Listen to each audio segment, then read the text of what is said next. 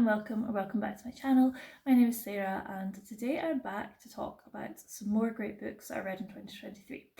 So a couple of weeks ago I posted a video of my top 10 books of 2023 and in that video I was saying that I might do an honourable mentions video, and this is sort of that. I think I said in that video that when I went to look at the sort of top 10 list I'd made at the end of 2023, some of the books I like swapped some about basically because I was like, oh, that didn't make it. But yeah, so basically these are all sort of my honourable mentions, but also just books that I would really recommend because I had such a good reading year in 2023. Like, it feels a bit nasty saying that these were honourable mentions because some of them were really amazing and I really enjoyed them. So I've got 8 books to talk about.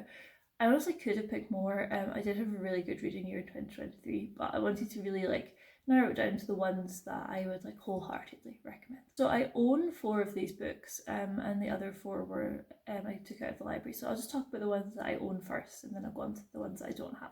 So yeah, these are in no particular order. So the first one is A Passage to India by E.M. Forster. I had read Howard's End by E.M. Forster maybe 4 or 5 years ago, and I like bits of it, but I didn't completely fall in love with it, and I was really expecting to because I know a lot of people really love it, E.M. Forster, and I was like, maybe he's not an author for me. But when I picked up A Passage to India, I completely fell in love with it, and I was like, this is a later one of Forster's books, so I don't know if it's maybe because of that. So this is about a sort of young woman that moves to colonial India, and she wants to kind of be different from the rest of the British community there. She wants to meet locals, she wants to have a proper Indian experience, which yeah in itself is a bit problematic, but compared to a lot of the attitudes of the people there, she really wants to try and assimilate and meet local people. And so there's this Dr. Aziz, and she becomes friends with him, and he offers to take her on a day trip out to see some caves, and it kind of follows on from there. This is very much an ideas book. Forster is going out to attack the British colonial system in India, and very rightly so. I saw that Milena Reeds had read this recently and she really liked it, but she wasn't sure about the character development, and I would agree, but I think that that's not what this book is trying to do. Is very much a critique of the British Empire in India, and its characters are sort of just used to tell the story or to make the point. So yeah, it's definitely not a character focused book, but that didn't bother me at all. I really loved this book. And then I've recently read A Room with a View by Ian Forster and really liked it as well. So I think I'm going to go back and reread Howard's End because I think that maybe I didn't really understand him as an author. The next is White Noise by Delillo. I actually read this as an ebook from the library, and then I liked it so much that I went and bought a copy secondhand. So I really loved this book, which is very surprising because quite often I don't really like these sort of very tongue-in-cheek satirical books by white American authors. However, this one really worked for me. So this is about Jack Gladney, who is a professor of Hitler studies at a university. There's this what they call an airborne toxic event. It says that on the back, so that's not a spoiler. But yeah, basically this sort of catastrophe happens and it goes on from there. But what I liked about this book is that it's not really about what happens, it's very much about him as a character, and he's really terrified of death, and it's him sort of trying to come to terms with that. I didn't find the book haha funny, but it's definitely very tongue-in-cheek funny.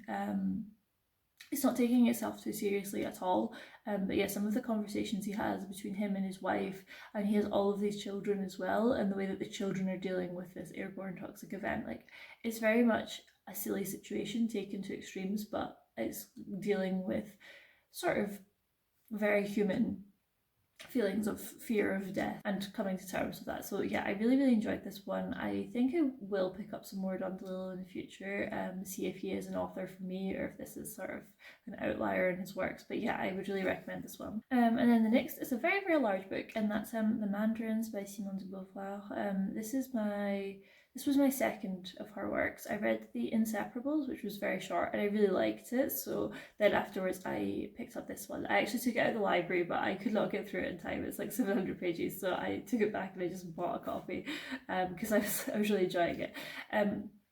This book is set in France, sort of just after World War II, and it essentially follows two couples. So you meet Henri, who's an editor at a political newspaper, and his lover Paula, and he's sort of trying to get out of that relationship but not very successfully. And then we also have Anne, who's like sort of our main character, and I think sort of meant to be based on Simone de Beauvoir, I'm not sure. And her husband Robert, who is quite a lot older than her. They already are married and have a daughter, and she's now sort of nearing 40, and she's deciding what she wants to do with the rest of her life, because at this point she has a very platonic relationship with Robert. They're both able to pursue other people if they want to, so it is basically like an open marriage, and she's deciding if that's a route she does want to go down, because she's sort of thinking that not that this might be her last chance, but that as soon as she closes that chapter of like having any sort of sex life, that that will probably be her. It is also about so much more than that, because as I say, it's post-World War II, it's a very political book. I think that this is quite semi-autobiographical, that this is sort of based on a group of people that Simone de Beauvoir was friends with in Paris at this time. They're all quite political, they're all sort of writing things for newspapers. But yeah, like I was really interested in both of the narratives in this. It's like, I guess it's quite a slow burn, that I wasn't, at no point was I bored, but you know, if you're going in expecting very exciting plot, that's not what this is. It's like, it takes you through things quite slowly, quite sedately. It takes its time, but it really builds up a picture of what post-war Paris was like and what these people's lives were like, the questions they're grappling with. And because at this point, like, they've just come out of Nazism, and they want to try and build up a strong left-wing sort of party in France, and that's proving quite difficult, and they start to feel quite disillusioned. So yeah, it's very interesting from a political point of view, but also, yeah, just from like a slice of life relationship point of view, I would highly recommend this one. I don't know if this is the best place to start with Simone de Beauvoir's work. Obviously The Second Sex, which is her non-fiction, is much more famous. Since having read this, I've then gone on and read one of her memoirs, but I've not actually read The Second Sex, so yeah, maybe that would be a good place to start as well. But yeah, obviously the size of this is a little bit off-putting for some people, but I did really enjoy it, and I think it merits its size. And then next, this was a book that also sort of surprised me, and that's The Hours by Michael Cunningham. This is a multiple timeline type book, so you have three women. One of them is Virginia Woolf. It's like towards the end of her life, I think, and she's having some issues with her mental health, and it's about her sort of writing process. Her sister comes to visit. So that's one timeline. There's then another timeline of a woman in the 1940s who lives in a suburb of LA, and she is a young child, and she's sort of not very happy with her life. She's basically a suburban housewife. She's trying to decide what she wants to do. And then the other timeline is New York in the 90s, and we follow Clarissa Vaughn, who is hosting a party, and I think she's an actress. She's quite famous. She's sort of getting a bit older now. It's about her and her friend in New York. This is like a riff off of Mrs. Dalloway, especially because in the part set in New York, her best friend calls Clarissa Mrs. Dalloway. You know, she's planning a party, which is the whole plot of Mrs. Dalloway. Then you also have the bit about Virginia Woolf. So this is a very smart book with what it's doing. I really like the multiple timelines. It doesn't always work for me, but I really liked all three narratives of this, so I was quite happy to flip between them. It's a very short book, but yeah, when you get to the end of it, it is really powerful. I think what it's doing, tying these sort of three different time periods together, showing like womanhood throughout the space of like a century essentially. And yeah, I would highly recommend this one. I don't think you have to have read Mrs. Dalloway first, but maybe if you have, you would get a little bit more out of it. I have read Mrs. Dalloway, so yeah, I sort of think that there are quite a lot of references to it in this, so it may be worth reading that one first. But yeah, I would highly recommend The Hours by Michael Cunningham. Oh, so I said I had 8 books on this list, but I actually have 9. So now onto the books I don't own. The first one is The Shadow of the Sun by Ryszard Kapuscinski. I took this book out of the library. This is a selection of his essays from his time as a war correspondent or a political correspondent in Africa. Ryszard Kapuscinski is like one of the most famous journalists probably from the mid 20th century. He went to a lot of different African countries and reported on a lot of different conflicts and just political situations. If you want to learn about a particular situation in Africa or about exactly what he did, this is not this book. This is just like a sort of random selection of his musings. At points they sort of follow on chronologically, but not all the time. And you never get like the end of the story, if that makes sense. So you'll get a story about how he's trying to get a flight out of Tanzania, and then it will just sort of finish, and then the next time he's like in a different country already. But I think that this spans a very interesting period of time in African history. It's very much when a lot of coups are going on, when a lot of military dictatorships are sort of popping up. Africa is just coming out of colonialism. And yeah, he goes to all of the very interesting places. There's a whole essay on Rwanda and the Rwandan genocide. And yeah, I think if you like that sort of writing, just sort of snippets of people's travels, of different, of areas of the world where there's interesting stuff going on at that time, then I would highly recommend this one. I think he's such a good writer, and he's able to pick out the sort of crux of each situation without getting bogged down in details. And then another non-fiction is The Unwomanly Face of War by Svetlana Alexieivich. This is an oral history book essentially. So Svetlana Alexieivich went around and interviewed hundreds of women about their experience during World War II fighting for Russia. Or, they're not all Russian, a lot of them are Ukrainian, or Svetlana Alexieivich is from Belarus herself, so it's sort of places that would have fought for Russia during World War II. And to start with, I was not sure about this because sort of snippet from each woman is quite short. But over the course of 400 pages, it does build up such a vivid picture of what fighting in World War II would have been like. So this is solely focused on women's experience in war, which is interesting because I don't think it's something you hear about very often. So a lot of these women were nurses, or they're sort of first aid type workers that would come in during battles to collect the dead essentially. But some of them were snipers, some of them were in the army. It's not really something that you hear talked about very much. So just from that point of view, it's very interesting. But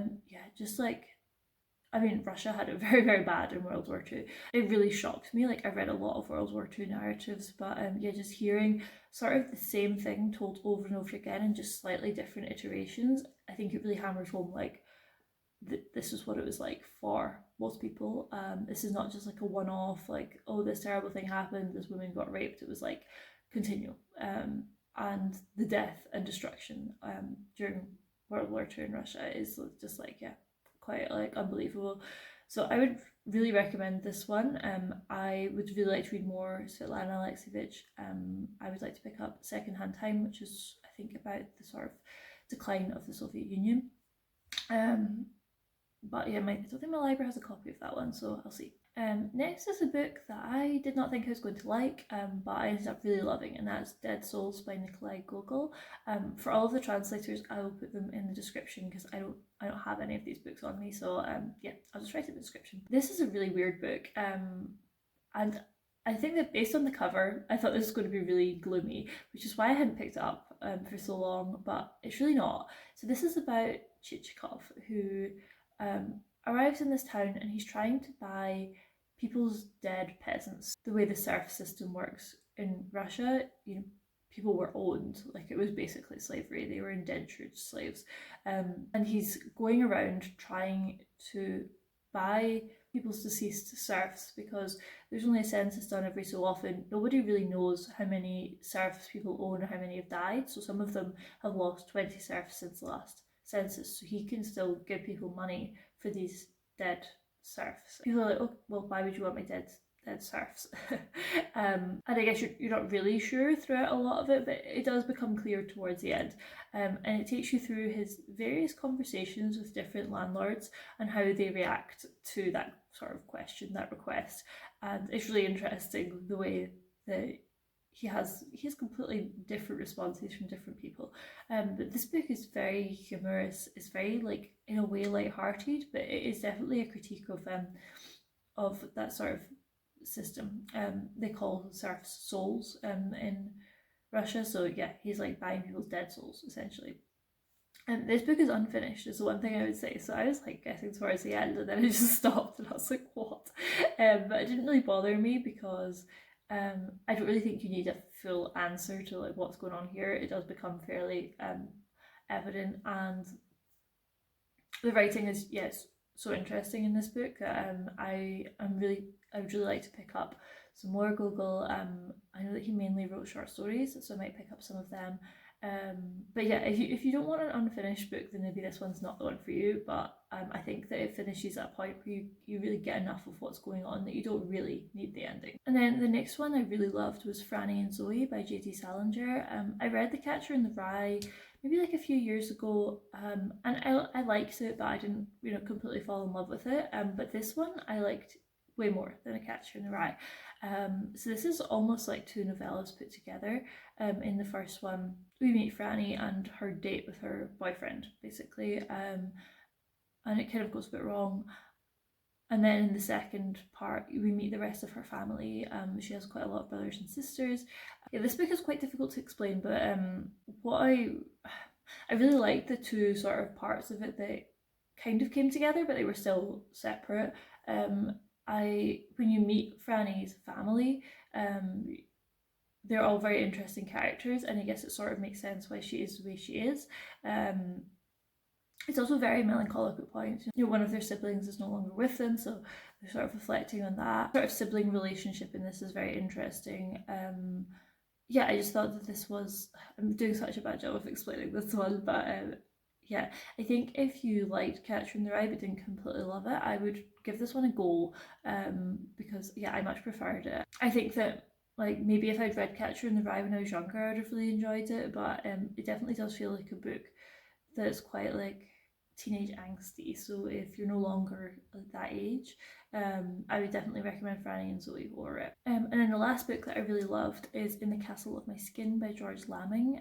It's another library book, and this is set in Barbados. George Lamming is from Barbados, and this is sort of dealing with the end of British colonialism, and it's written in a very interesting way. So it got to like halfway through this book and I was like, is there no main character? Because on the back it's like talking about this young boy growing up, and then you're sort of introduced to him. Like, it's definitely not a book that follows one person. It's about the whole community and how they deal with the sort of British colonialism dying off, and their thoughts on British colonialism. So like the main character in the book he's heard like there was this thing called slavery, but whenever he asks anyone, they're like, oh no, that didn't happen, we don't know anything about this, because yeah, it's like the British educational system has told them that this didn't exist.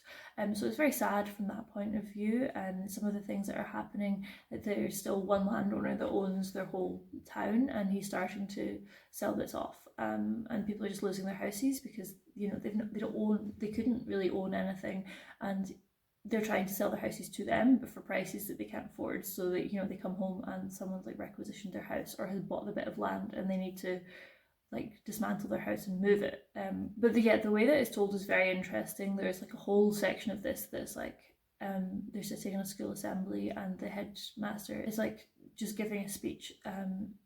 Then it jumps on in time, and one of his friends has left Barbados and has moved abroad, and he's sort of talking about that. He sort of comes to the realization that he has black skin, which is something that he just never really thought about. When his friend moves to America, all of a sudden he finds this sort of brotherhood with people that are also black, and he's like, wow, we have something in common, and we are oppressed. This is not just like because everyone in Barbados, apart from the sort of rich landowners, are black. They don't think about that. So yeah, I would like highly recommend this one. It's definitely a bit experimental in its style, so yeah, don't expect a completely linear narrative. It's doing some unusual things, but I really loved it for that. Yeah, I would highly recommend this one too. So yes, those are 9 sort of honourable mentions, sort of just books that I really loved. Would highly recommend anyone to pick up. And yeah, it's nice to be able to sort of share some books that I loved from last year, because we've moved on, but because I didn't have, I've just started up my YouTube channel, so I just wanted to share some of the books that yeah, I have really loved. I'll maybe do like a sort of, I think I would struggle to do a top 10 books of all time list, but yeah, I'll maybe do some more books of like favourite authors, favourite books, just to be able to really share the love for some books that I've loved. So yes, I hope you enjoyed. Please subscribe if you'd like to see some more videos, and I will be back soon.